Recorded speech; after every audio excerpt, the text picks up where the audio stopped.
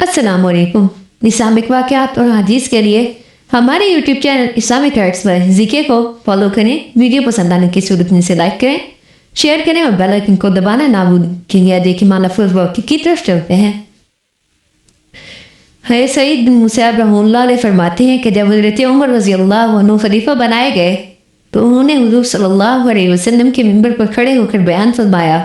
پہلے اللہ رب العزت کی حمد و ثنا بیان کی، پھر فرمایا اے لوگوں، مجھے معلوم ہے کہ تم لوگ مجھ میں سختی اور درستی دیکھتے ہو۔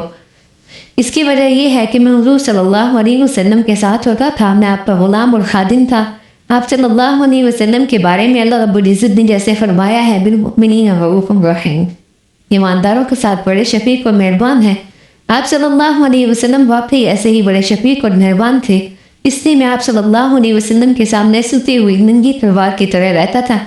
اگر آپ صلی اللہ علیہ وسلم مجھے نیام میں ڈال دیتے یا مجھے کسی کام سے روکتے تھے تو میں رک جاتا، ورنہ میں آپ کی نرمی کی وجہ سے لوگوں کے ساتھ سختی سے پیش آتا۔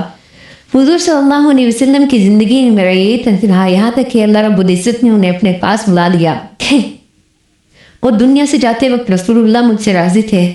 اس پر میں اللہ رب العزت کا بہت شکر ادا کرتا ہوں اور اسے اپنی بڑی سعادت سمجھتا ہوں۔ پھر حضور کے بعد ان کے خلیفہ حضرت ابوبکر کے ساتھ میرا یہی رویہ رہا۔ آپ لوگوں کے نرم تواضع اور نرم مزاجی کو جانتی ہی ہیں۔ میں ان کا خادم تھا اور ان کے سامنے سوتی ہوئی تلوار کی طرح رہتا تھا۔ میں اپنی سختی کو ان کی نرمی کے ساتھ ملا دیتا۔ اگر وہ کسی معاملے میں خود پہل کر لیتے تو میں رک جاتا، ورنہ میں اقدام کر لیتا، اور ان کے ساتھ میرا یہی رویہ رہا، یہاں تک کہ اللہ رب العزت نے ان کو بھی دنیا سے اٹھا لیا اور جاتے وقت وہ مجھ سے بھی راضی تھے۔ میں اس پر بھی اللہ کا بڑا شکر ادا کرتا ہوں اور میں اسے اپنی بڑی سعادت سمجھتا ہوں۔ اور آج تمہارا مسئلہ میری طرف منتقل ہو گیا، یعنی میں خلیفہ بنا دیا گیا ہوں۔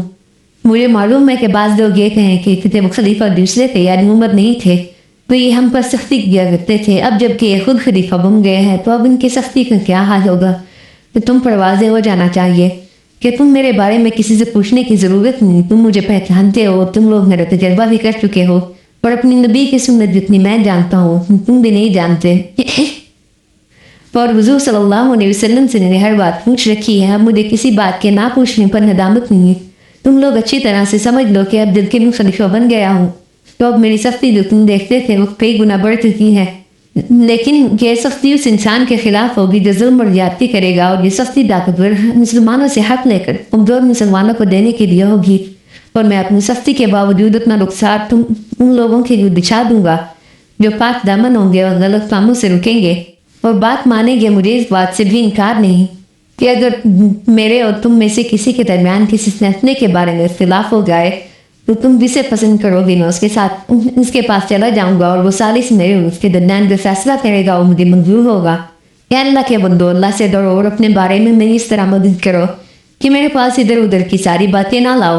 میرے نفس کے خلاف میری اس طرح مدد کرو کہ جب ضرورت پیش آئے وہ مجھے نیکی کا حکم دو اور مجھے برائی سے روکو، اور تمہارے جن امور کا اللہ نے مجھے والی بنا دیا ہے ان میں تمہیں ساتھ پوری خیر خواہی کرو۔ پھر آپ رضی اللہ تعالیٰ عنہ منبر سے تشریف لے گئے۔